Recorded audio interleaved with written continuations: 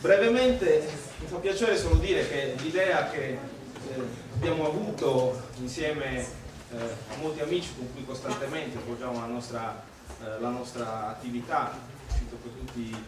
Francesco, solo perché abbiamo una scrivania uno davanti all'altro, abbiamo ragionato per settimane su come costruire questo appuntamento. L'idea l'abbiamo avuto quando non avevamo ancora compreso, siccome i tempi sono tali per cui quello che sto per dire ce l'abbiamo nei giornali che leggiamo, nelle cose che pensiamo tutti molto presente, non avevamo ancora compreso, nel senso che non era ancora chiaro la dinamica anche di questo momento politico, la dinamica di questo momento politico per chi milita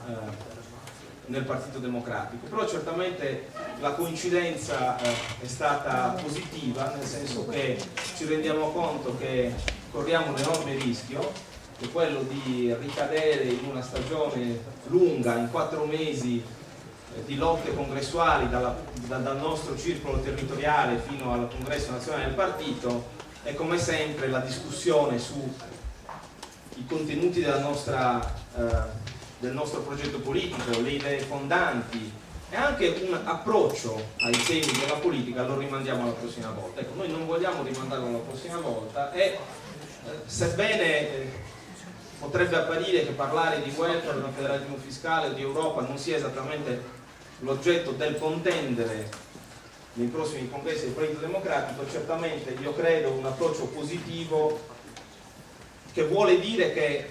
noi vogliamo continuare da qui, diciamo, inaugurare una stagione nella quale portiamo il più possibile alla conoscenza, al dialogo tra noi anche l'esperienza di chi studia e di chi lavora nelle istituzioni. Crediamo però, è la seconda cosa, anche che sia un segnale che è utile proprio per questo congresso del partito, perché se c'è una contrapposizione tra buoni e cattivi, se c'è una contrapposizione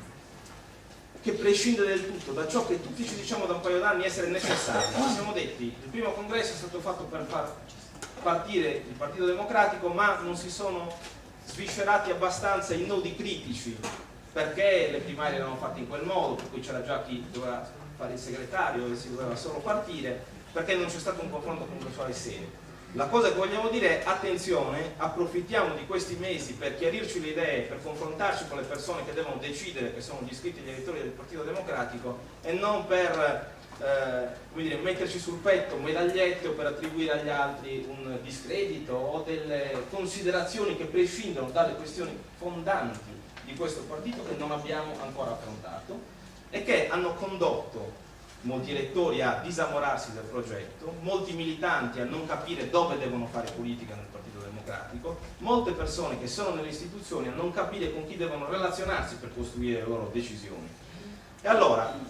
finisco scendendo nel concreto, noi abbiamo provato a farlo parlando di temi che crediamo che siano utili per chi sta nelle amministrazioni, per chi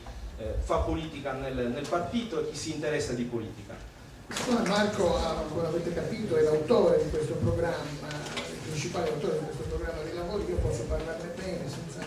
parlare di me stesso perché non c'entro nulla, e quindi posso dire che è un'occasione preziosa questa che ci si offre, perché io vi confesso, se mi consentite di fare una piccolissima, proprio piccolissima intervento introduttivo, anche un po' rivelandovi sentimenti personali. Vi confesso di non trovarmi a mio agio nel dibattito precongressuale così come si sta svolgendo all'interno del Partito Democratico, e penso che molti me lo dicono, in Sardegna e anche fuori dalla Sardegna, molti militanti, molti che hanno seguito questa esperienza hanno un po' la stessa sensazione. C'è bisogno di momenti come questo,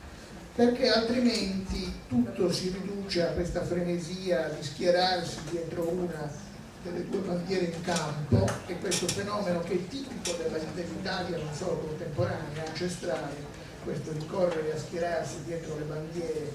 degli schieramenti, qualche volta senza porsi il problema delle motivazioni e senza troppa coerenza con il proprio passato.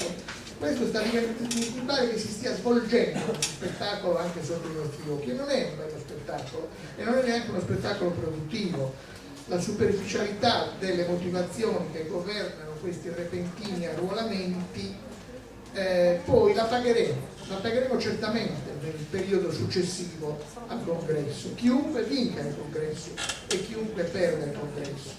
Le grandi questioni che dovrebbero costituire l'oggetto delle nostre scelte sono troppo sullo sfondo, sono troppo estranee,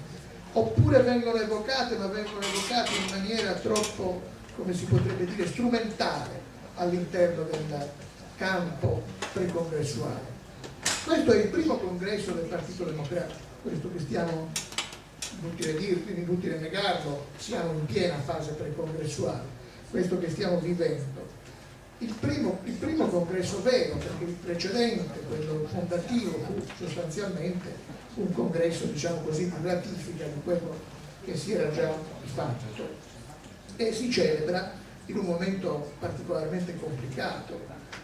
Intanto sono cambiati negli ultimi mesi drasticamente gli scenari del mondo. Insomma, dopo la grande crisi del bipolarismo succeduta al crollo del muro di Berlino, la lunga fase del monopolarismo americano si è interrotta, si intravede un quadro internazionale che sembra essere pluralistico, le grandi strategie del dominio del mondo da parte dei paesi tradizionalmente forti si misurano con nuovi protagonisti, le tigri asiatiche. Sta succedendo di tutto sul piano internazionale, di tutto, mentre scritto nel blocco berlusconiano non vedo una capacità concreta, fattiva, incisiva di dare una risposta che in qualche modo costituisca un'alternativa. Questo forse è un difetto di teoria, ecco perché ritengo molto importanti le iniziative come questa che abbiamo preso con 360. Forse c'è un difetto di interpretazione, c'è un difetto di analisi, forse stiamo scontando anni in cui non abbiamo seguito con l'attenzione con cui avremmo dovuto l'evolversi delle cose, ci siamo adagiati in interpretazioni di maniera, in cliché. Noi per parlare alla gente e convincerla dobbiamo prima capire quello che accade. Ecco, ho la sensazione che anche noi siamo caduti negli anni scorsi nel malvezzo di una politica che si esprime per comunicati, che insegue l'attualità in maniera ossessiva e parossistica, che ha il difetto di voler stare sempre in televisione e possibilmente nelle trasmissioni di punta, e che non ha più una capacità, diciamo così, di interpretazione di fondo dei fenomeni che si svolgono sotto i nostri occhi. Due temi voglio citare. Uno è l'immigrazione. È assolutamente insufficiente quello che diciamo sul tema dell'immigrazione, ma insomma noi siamo passati da 56 milioni a 60 milioni di italiani. Questi 4 milioni nuovi sono sostanzialmente frutto dell'immigrazione. È un fenomeno di una portata storica straordinaria, tanto più che indica una tendenza che va ad evolversi e a moltiplicarsi negli anni futuri. Bene, su questo noi balbettiamo, l'abbiamo visto quando sono arrivate le pessime leggi anti-immigrazione al Parlamento italiano, dove abbiamo visto anche degli sbandamenti, diciamolo francamente. Abbiamo visto al nord degli sbandamenti dei nostri amministratori, talvolta anche dei nostri deputati, perfino sulle ronde, nonostante poi abbiamo assunto un atteggiamento per fortuna coerente e intransigente, c'è stato un primo momento di forte incertezza. Perché? Perché su questo tema, che è un tema decisivo per la società italiana del futuro, noi non abbiamo ancora tutti gli elementi, non abbiamo ancora messo in ordine tutti gli elementi e non ci siamo misurati con la capacità di, come si potrebbe dire, di rispondere a questi elementi, a questa novità che viene da questo tema. L'altro tema è il Mezzogiorno, che è il grande assente dal dibattito precongressuale. Come vedete,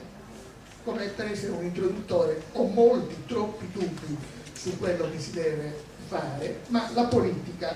la buona politica, a me sembra, prima di esprimere certezze, deve in un certo senso coltivare i dubbi, che sono il sale della capacità di comprendere e poi della capacità di agire per trasformare le situazioni. Buon lavoro a tutti.